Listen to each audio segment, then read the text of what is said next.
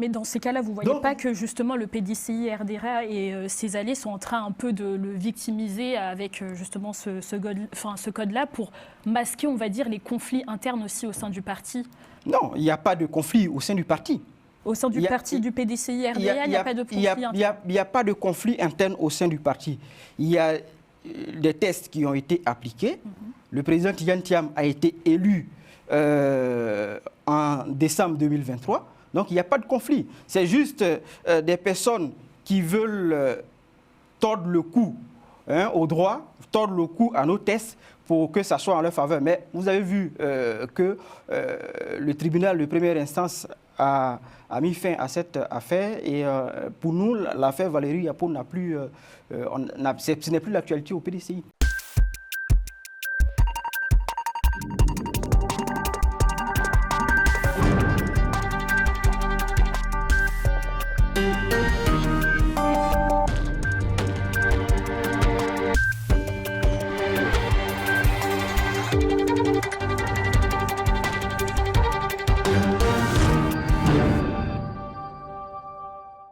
Bonsoir à tous et bienvenue dans l'entretien du jour. Ce soir, revenons sur la publication de la liste électorale définitive pour la présidentielle en Côte d'Ivoire, où 4 figures majeures de l'opposition, dont Tidjane Thiam, ont été exclues de la course. Et pour en discuter, nous accueillons ce soir Maurice Yao. Bonsoir. Bonsoir. Alors, vous êtes le coordinateur du mouvement Jeunes Thiamistes.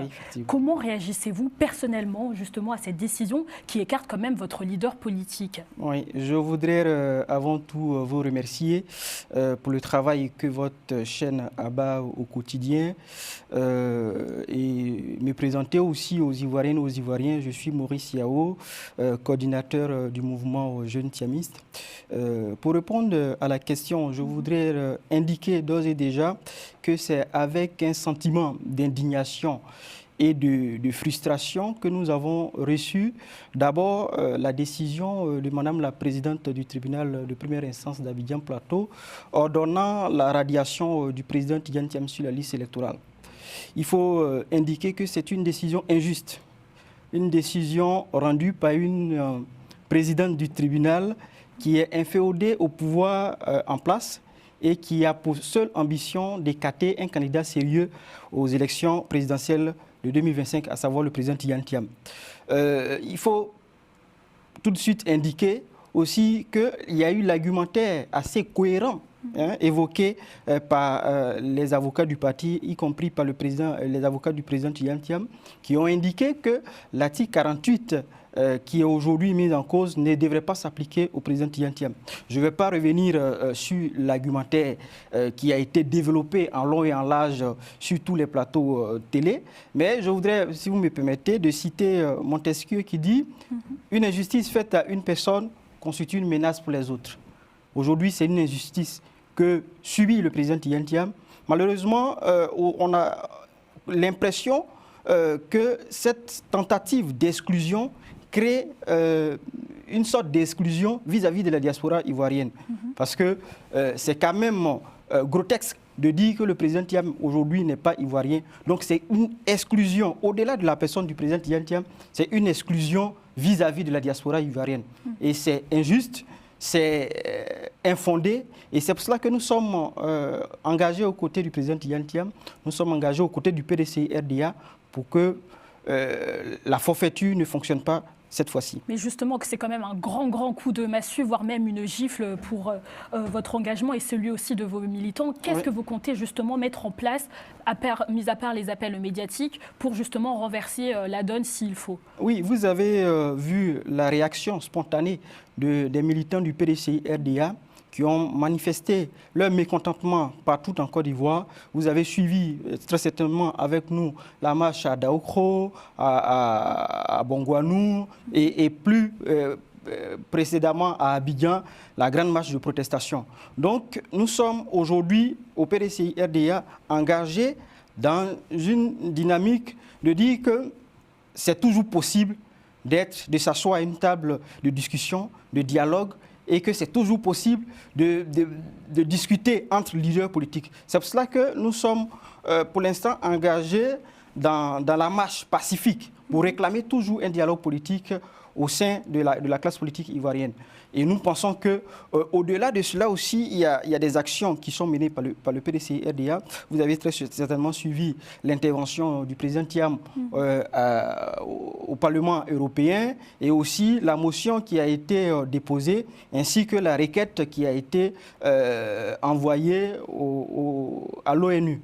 Donc nous sommes sur plusieurs champs et nous sommes en train de nous battre et nous espérons et nous croyons fermement que le président Thiam sera sur la liste électorale et il va participer aux élections. Mais quelque part, il n'a pas un peu cherché, étant donné que, justement, il a fait face à plusieurs nombreuses affaires, comme celle de Valérie Yapo, ou encore, comme on a dit, sur sa nationalité. Est-ce que, justement, il ne méritait pas, en quelque sorte, cette exclusion? Donc, le CUI a bien fait son travail, quand même, tout de même. Vous ne pensez pas qu'il y a quand même une explication à cette exclusion-là? Non, pour nous, il n'y a pas d'explication possible à cette exclusion. Même malgré les affaires qui se sont déroulées... L'article 48 ne devrait pas s'appliquer à M. Tidjane Thiam. Le président Tidjane Thiam est ivoirien, qui est né de père français, donc a eu la nationalité française par hérédité. Oui, mais il aurait dû anticiper quand même. Il le savait très bien que cet article allait poser problème. Anticiper quoi? Quand on nous pose la question, qu'est-ce qu'on aurait pu anticiper? La Constitution oblige le candidat à une élection d'être exclusivement ivoirien.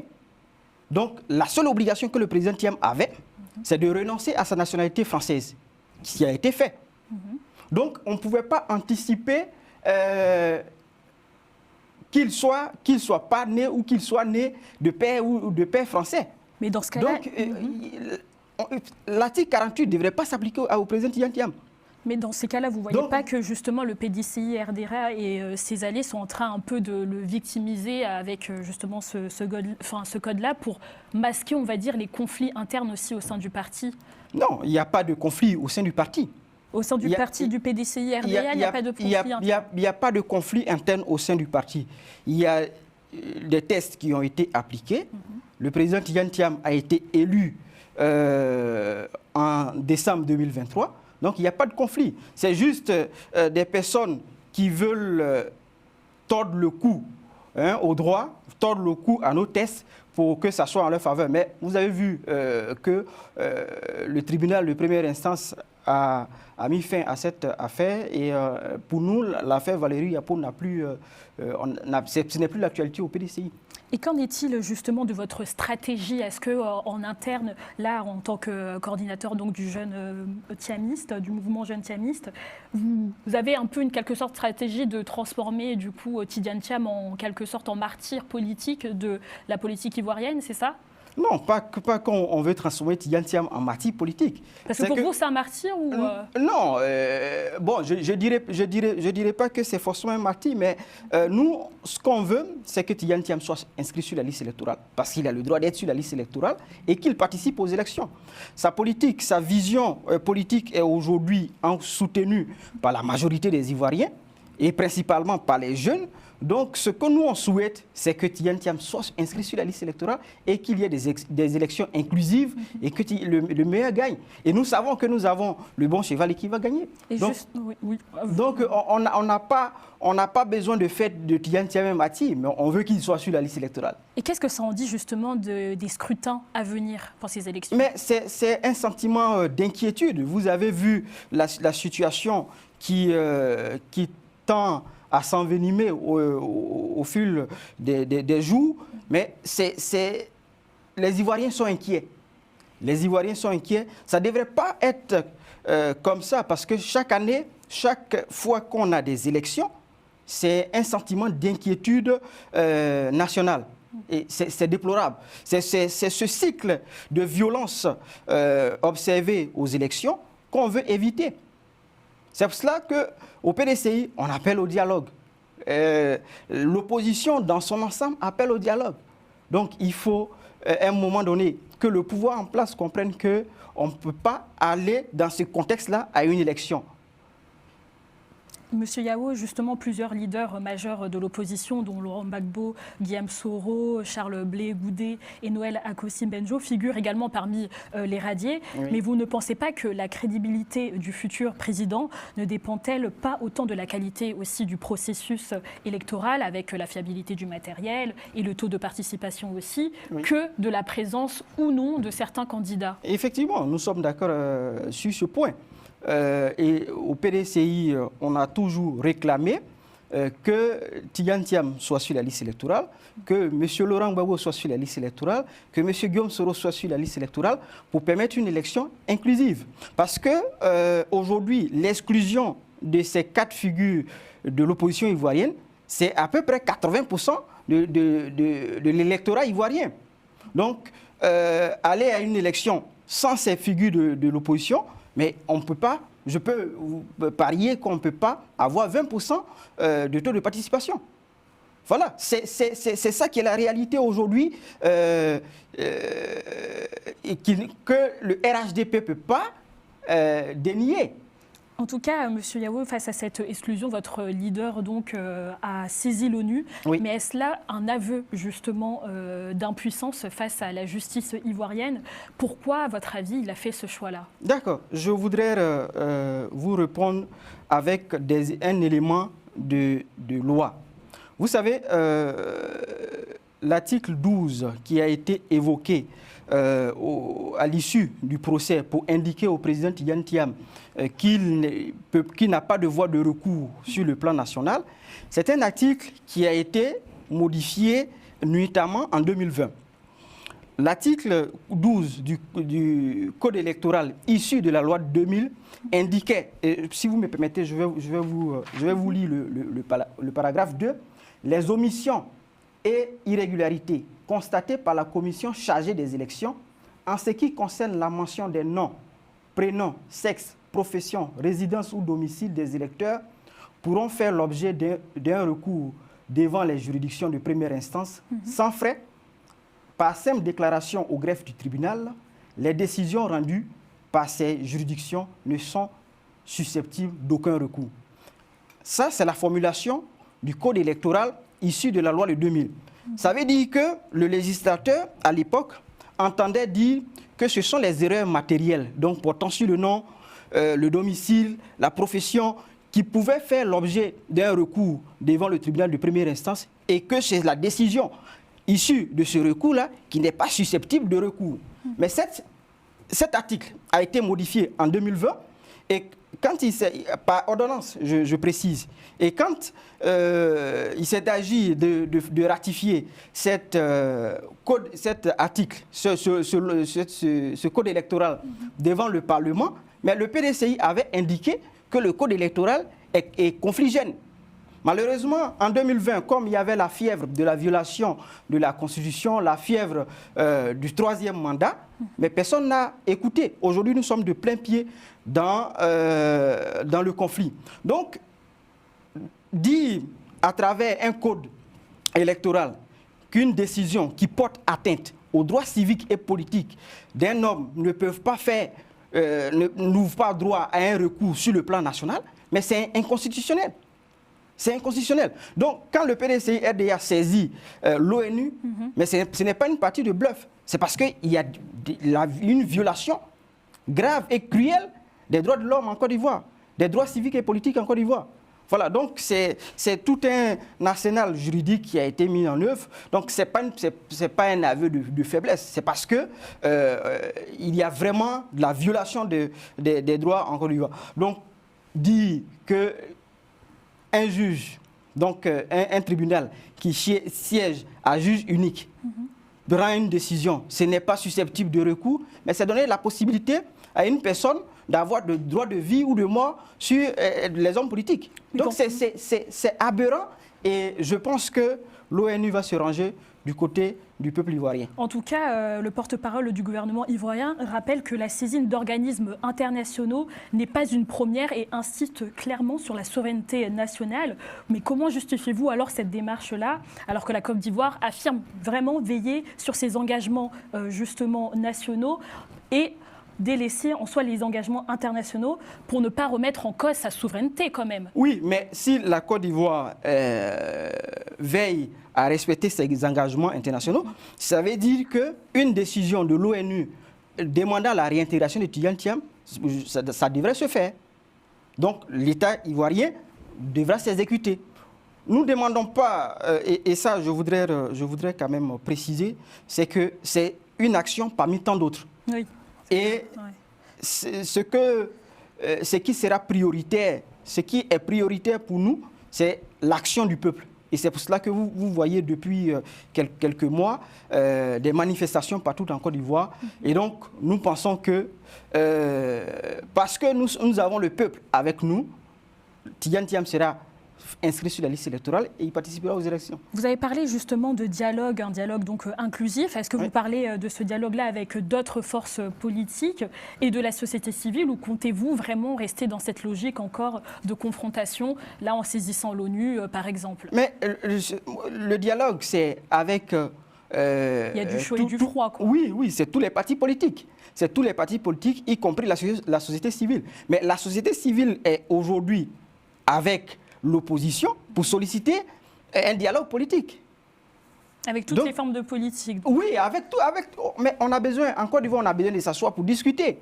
Pour discuter sur les modalités pratiques, pour discuter sur la CEI, la réforme de la CEI, pour discuter sur la liste électorale. Mais vous pensez que Tidjane Thiam est prêt à ce dialogue-là, parce qu'il a accusé quand même le gouvernement de dérive autoritaire? N'est-ce pas là justement une manière un peu de préparer le terrain à des troubles aux postes électoraux comme ça s'est passé? C'est pas Tidjane Thiam qui accuse le pouvoir de dérive autoritaire, c'est ce qui est. Et il a cité une étude là-dessus. Donc, ce n'est pas Tidjane Thiam qui dit, mais c'est ce qu'on constate. Et c'est ce qui est démontré par les bureaux d'études. Et vous trouvez que justement, avec cette logique-là de dénonciation, ça va apaiser les tensions et pour aboutir à un dialogue, vous trouvez? Non, nous dénonçons une injustice. Et donc, nous pensons qu'on n'a pas d'autre moyen que de dénoncer. Donc, il faut dénoncer. Mais ça n'a pas tendance à envenimer la situation, mais ça a plutôt tendance à convaincre le pouvoir en place au dialogue politique. En tout cas, ce dialogue, il est encore loin. De nombreux jeunes militants, notamment du PDCI RDA, sont actuellement en détention provisoire, comme le chef de la jeunesse rurale du parti. Quelles actions concrètes, vous, en tant que coordinateur du mouvement Jeunes Thiamistes, comptez-vous engager pour obtenir leur libération, au-delà, justement, comme on disait, d'un simple appel médiatique? Je vous remercie pour cette question. Qui est aussi pertinente. Tout à l'heure, vous avez évoqué que nous sommes dans un État totalitaire. Donc, vous voyez... C'est pas moi qui l'ai... d'après les déclarations de... Mais nous sommes dans un État totalitaire qui ne respecte pas les libertés fondamentales. Malheureusement, le président Innocent Yao a été arrêté arbitrairement. Et en Côte d'Ivoire, on a tendance aujourd'hui à créer des délits aux gens.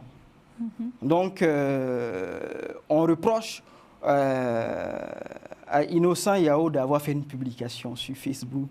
Voilà. Donc, nous appelons aujourd'hui, très honnêtement et concrètement, à la libération d'Innocent Yao. C'est pour cela que nous, jeunesse du PDCI, jeunesse thiamiste, suivons de près l'évolution de toute cette situation et interpellons à chaque fois les organismes de droits de l'homme. Toujours dans la pacificité. Donc, oui, donc le PDCI a toujours été un parti pacifique. Donc nous interpellons les organisations de droits de l'homme sur les violations des libertés fondamentales. On ne peut pas du jour au lendemain mettre des gens en prison. On reproche aussi à Innocent Yao d'avoir participé à la désobéissance civile. Mais la désobéissance civile est venue de la violation de la Constitution.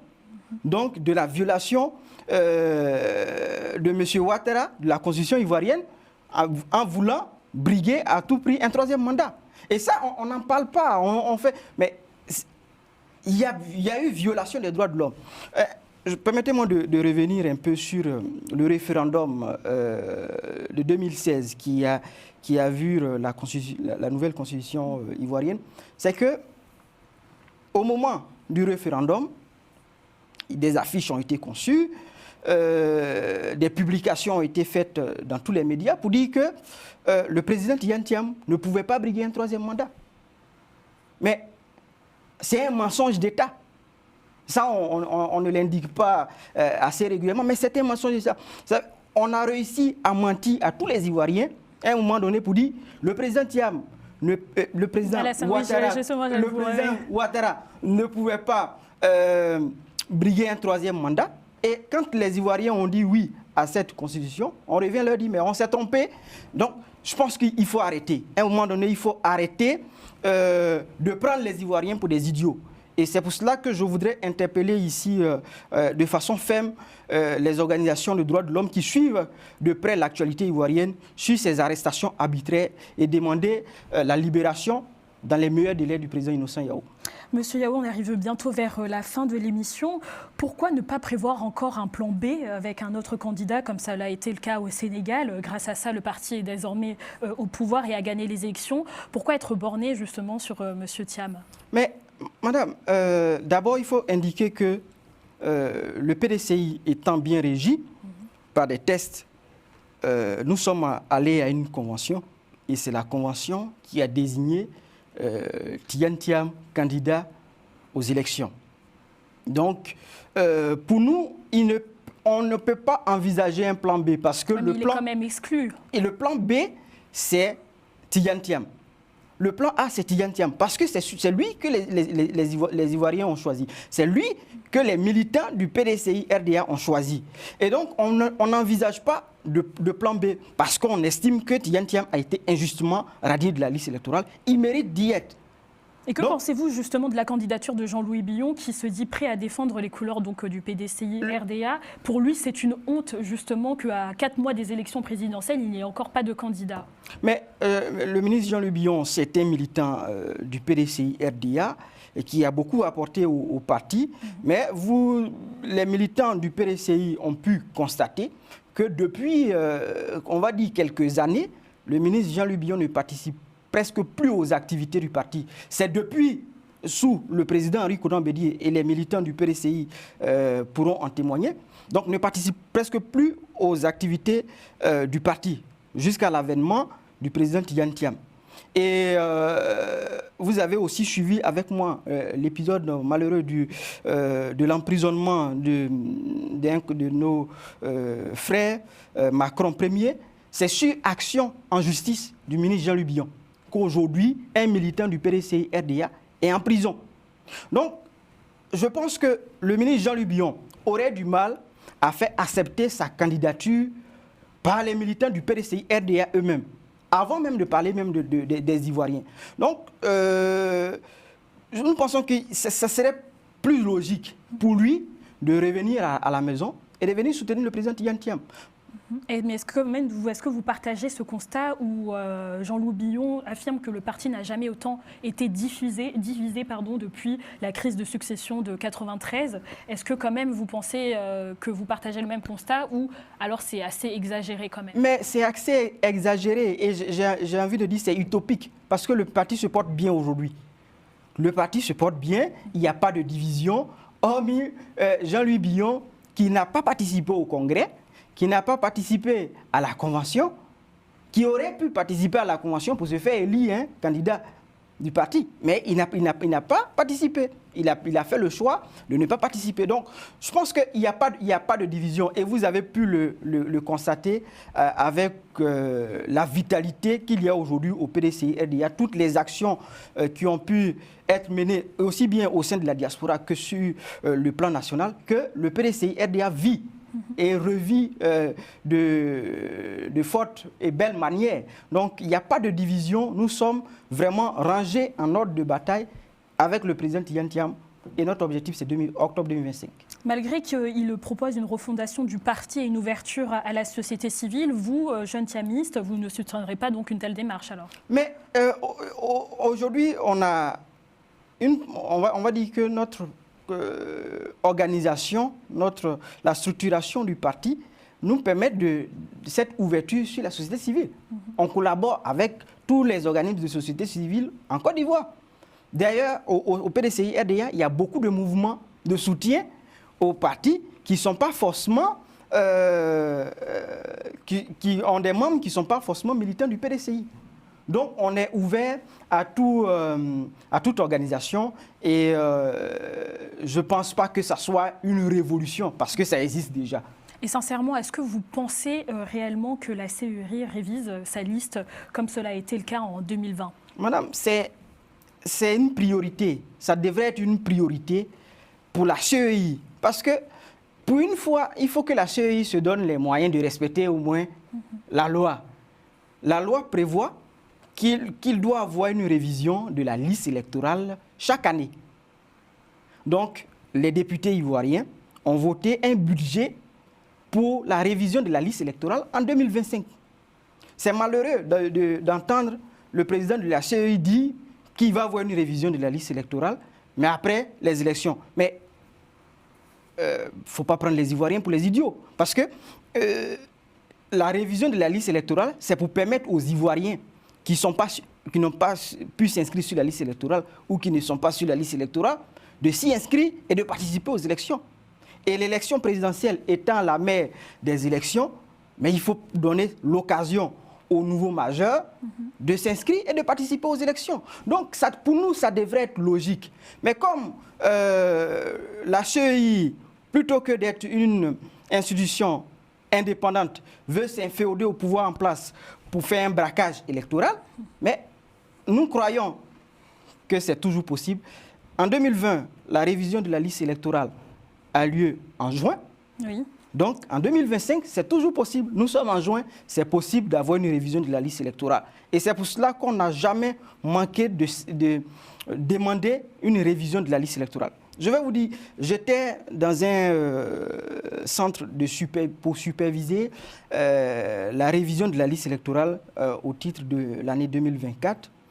Et l'ambassadeur, donc le consul plutôt, les Ivoiriens sont venus de partout, de Grenoble, de Clermont-Ferrand. Et le consul sort pour leur dire on ne peut pas vous enregistrer parce qu'il y a des feuilles qui manquent.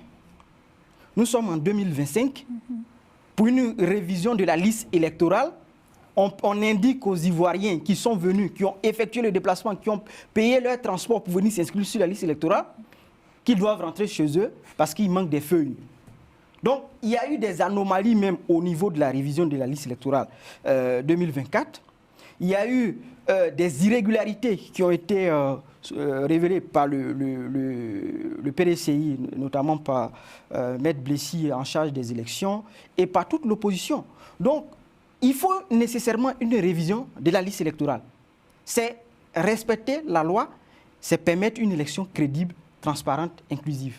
Dernière question, M. Wao. Quel message souhaitez-vous adresser aux jeunes Ivoiriens à 4 mois de ce scrutin qui divise, mais aussi qui inquiète? Oui, je voudrais dire aux Ivoiriens, aux jeunes qui surtout m'écoutent, que l'espoir est toujours possible. Et cet espoir est incarné aujourd'hui par le président Tidjane Thiam. Vous savez, beaucoup de jeunes se reconnaîtront dans ce que je dis. Nous sommes tous, parfois, issus de familles très modestes, qui avons effectué des études, et avec l'espoir qu'on irait à l'école et qu'on viendrait un jour soutenir nos parents. Malheureusement, aujourd'hui, en Côte d'Ivoire, la jeunesse est délaissée. Dans le cadre du mouvement, nous avons beaucoup échangé avec les jeunes qui sont désespérés, qui ont besoin d'être rassurés sur leur avenir. Et comme le président Thiam le dit, les hommes intelligents, il y en a. Moi, je pense aussi avec lui que les jeunes intelligents, il y en a en Côte d'Ivoire. Mais ce qui manque, ce sont les opportunités.